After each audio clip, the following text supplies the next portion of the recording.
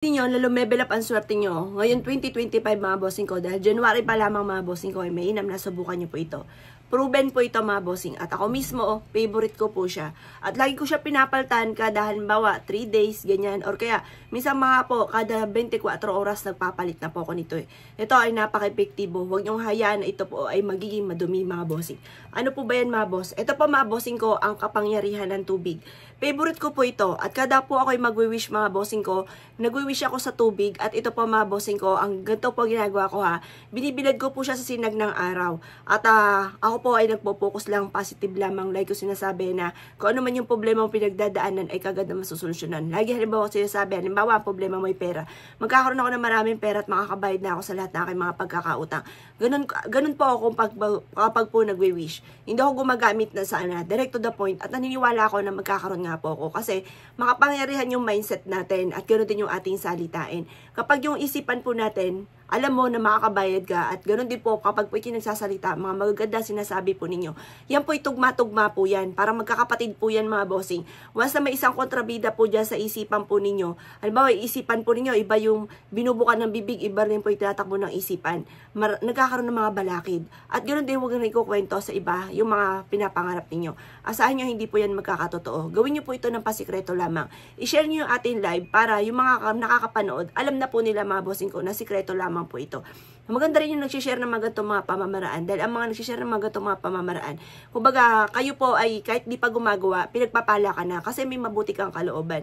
Kasi ang kawikaan po ninyo, share ko nga ito, baka makita ito na kumare, marami sila mga pagsubok na pinagdadaanan sa ngayon, maaaring makatulong sa kanila. Kasi maganda naman po yung video po natin, may kaugnayan ito sa maaaring maging swerte sa tao. Kapag mga pangit, syempre wag nating i-share, wag natin gagawin. Pero pag mga magaganda kagaya na sinishare kong ito, mga bossing ko, ay i-share natin at nasa inyong pagpapala. Gawin niyo po ito ng pasikreto lamang kasi ang madalas po mga bossing ko na hindi nagkakatotoo yung mga wishes, yung bang gumagawa ng ganito tapos pinagsasabi ka agad, hindi pa natutupad yung mga wishes po niya, nagkakaroon ka agad ng mga balakid. Kaya mas may na mga bossing ko, gawin niyo na po ito ng pasikreto mga bossing at mula sa puso ang pagwi-wish. Halimbawa ay ganito, magkakaroon na ako ng maraming pera or kaya araw-araw ako ay magkakaroon ng malaking benta or kaya yung mga pagsubok kong pinagdadaanan ngayon ng aking pamilya ay masusolusyonan na or kaya ay gagaling ako sa aking mga karamdaman or kaya po ay magbabago na ang aking karelasyon. Magiging mabait na siya at magpo-focus siya sa pamilya. Hindi na siya magbababae or hindi na po siya magluloko pa or hindi na siya mananatili sa kanyang bisyo. Or kaya po may pagsubok sa inyo po mga anak.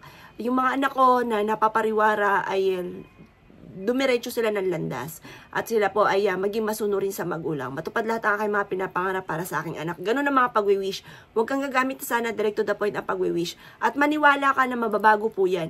Ito po, kung halimbawa matitindi ang pagsubok mo at first time mo itong gagawin, gawin nyo po ito, tapos siya po ay papalitan nyo kada 24 oras. Kapag po, lagi nyo po ginagawa po yan, nahigop siya na nahigop ng negative energy at ang magbibigay ito sa inyo ng swerte. Ang tubig ay humihigop ng negative energy, kaya huwag nyo siyang tatakloban na. Hindi tinatakloban ng tubig mga bossing, ganun din yung asin, ganun din po ang bigas at mga pampaswerte.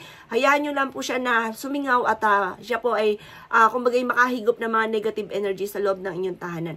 Kasi minsan napakarami ng mga negatibong enerhiya sa loob ng tahanan, kaya nagsusunod-sunod ang mga pagsubok. Kaya mas may na mga bossing ko, meron kayong ganito mga pamamaraan upang sa ganun, may mga nag-aalis na mga kamalasan. Proven po ito.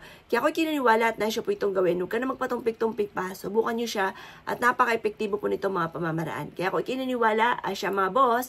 Good luck po sa po lahat.